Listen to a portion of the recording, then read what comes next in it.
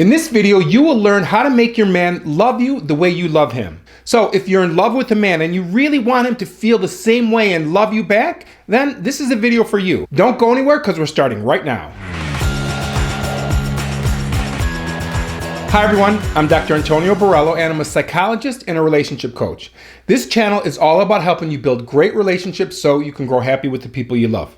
So if you're interested in making your love life the best part of your life, start now by clicking the subscribe button and hit the bell notification so you aren't missing anything. Okay, how to make your man love you like you love him. Usually, falling in love is something that happens to us, not something that we make happen by an act of will. But having said that, there are many things that can increase the chances that another person falls in love with you. In other words, there are things that you can do that pave the way and encourage a man to fall deeply in love with you. These tips are powerful because they facilitate the process of falling in love in two ways. First, these strategies help you create the right relationship conditions or precursors that pave the way for a man to fall in love with you. And secondly, these tips are focused on replicating the changes in brain chemistry that happen to all men when they are in love. And when you use them simultaneously, your man is going to want you more and become attracted like never before. So without further ado, let's just jump right into them. As I've talked about in other videos, there are three phases that we all experience when falling in love.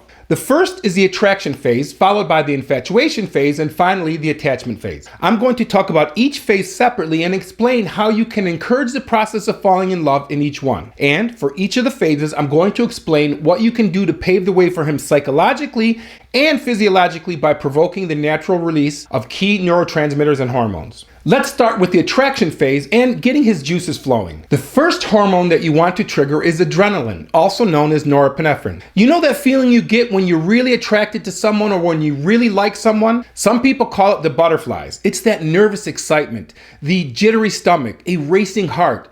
All of it is caused by adrenaline. When you're attracted to someone, your body is releasing adrenaline, just as it does during the fight or flight response. Chemically, it's the same response.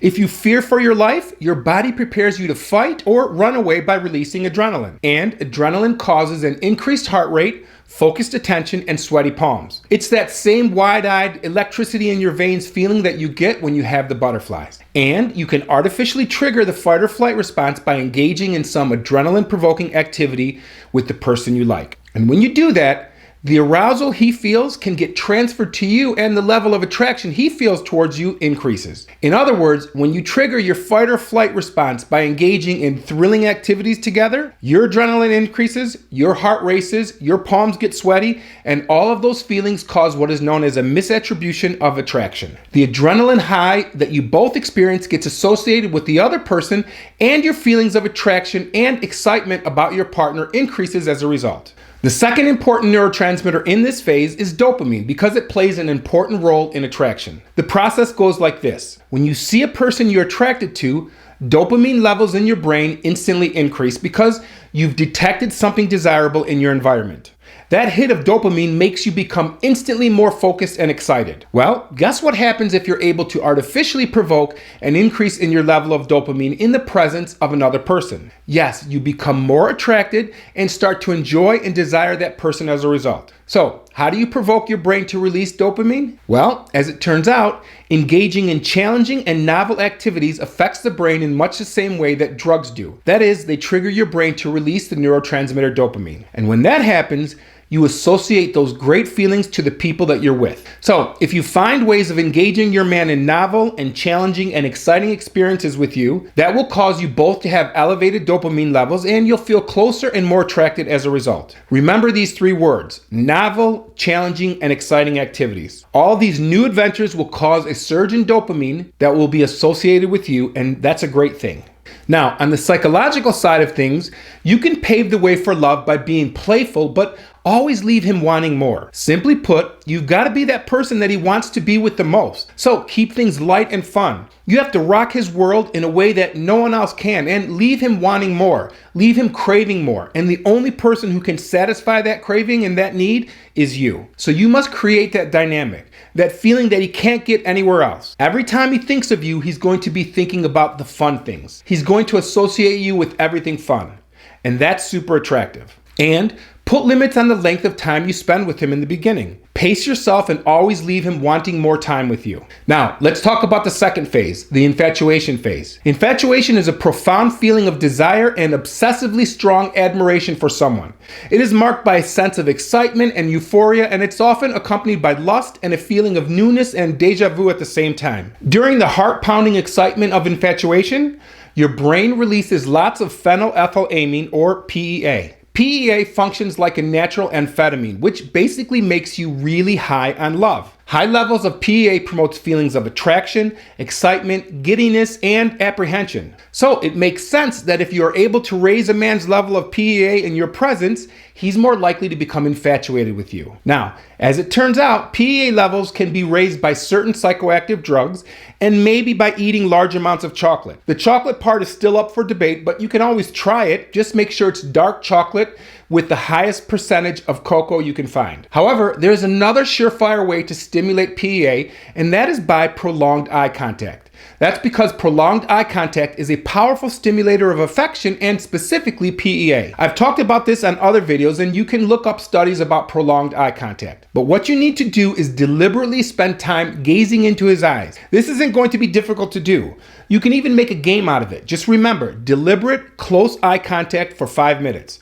Try it. You won't believe how effective it is. Close, deliberate, sustained eye contact for 5 minutes will kickstart his production of PEA. Now, on the psychological side of things, it's very important to keep your standards high during the infatuation stage. Remember, it's your values and your expectations that set the bar for your relationship. It sets your standards of what you expect and sets the bar for love. The way we love and value ourselves sets up the way in which we let other people love and value us or not. The problem that I see so many people have, when they meet someone that they really like, they're often willing to compromise their standards in the early stages of dating. And when you do that, you're setting low parameters for him. When you compromise your standards, you're always going to get less than you need and less than you deserve. When you set the parameters low, you're letting him know that it's okay to treat you poorly and you'll still be right there. And when he knows that, then you lose value in his eyes and he begins to believe that you aren't going anywhere. When he knows that you're sticking around despite his bad behavior, then he has no fear of losing you. Then he knows that you are head over heels and obsessed with him. And when you reach that point, then half of his motivation, half of his drive, and half of his attraction is gone, and he no longer has to try so hard. So don't be afraid to disagree with him or call him out on bad behavior. If you see something, say something. Don't brush it under the rug, because when you do, you're allowing that behavior and it will only get worse. Remember, keep your standards and expectations high. So far, we've covered attraction and infatuation phases of passionate love. Keep watching, because now we're going to talk about the most important part: the attachment phase and oxytocin. Oxytocin is a very powerful neurotransmitter that is used to form attachment in both children and adults. Oxytocin is the hormone that facilitates bonding between romantic partners. And the most exciting part, when oxytocin is released, the positive bonding and attachment effects are profound. High levels of oxytocin is associated with feelings of love, sexual desire, and bonding among romantic couples. Oxytocin is the hormone responsible for the rose-colored glasses that make your partner seem so perfect when you're falling in love. And the best news?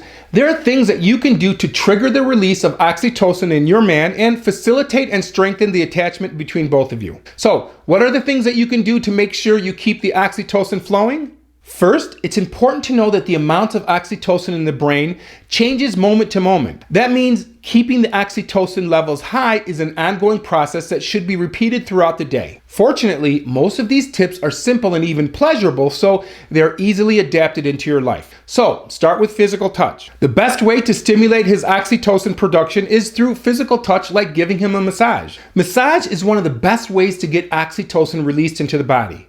In fact, massage benefits both the person giving the massage as well as the person receiving the massage. Both show increased levels of oxytocin. And you don't need to be a professional at it, but simply spend 15 to 20 minutes massaging your partner and you will both experience an increased feeling of closeness and attachment. It has also been well established that physical intimacy and sex causes both men and women to release oxytocin.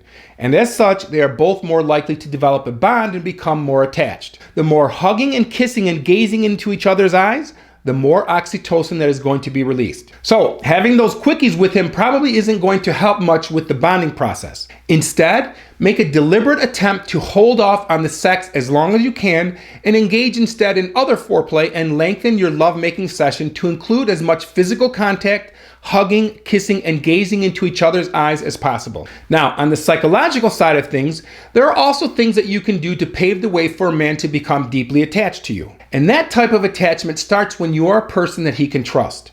So let me tell you about the 3 types of trust necessary for deep love and a healthy relationship. The first and most obvious type of trust has to do with fidelity or loyalty. It's trusting that your partner is sexually and romantically exclusive with you. If you trust each other, you respect the fact that each of you have a life outside of the relationship and you don't try to interfere or replace that life. The second type of trust is believing your partner has good intentions. In other words, you believe what they say and believe that they have your best intentions in mind, even when you disagree or are disappointed. You truly feel like your partner is on your team. You never have the feeling that their actions were done to betray you. The third type of trust, you trust one another with your feelings and your heart. For example, you listen and empathize with your partner and you support and encourage your partner through a difficult time. Trusting someone with your heart and your feelings means that you can be vulnerable without fear of any negative consequences. That trust builds emotional intimacy and it's the foundation for deep love. By the way, I go more into the psychological side of things in this video, so click here to watch that now, or check out the video that YouTube thinks that you'll like. And please consider subscribing so that you're getting all of our new videos that will help you make your love life the best part of your life. I'll see you in the next video.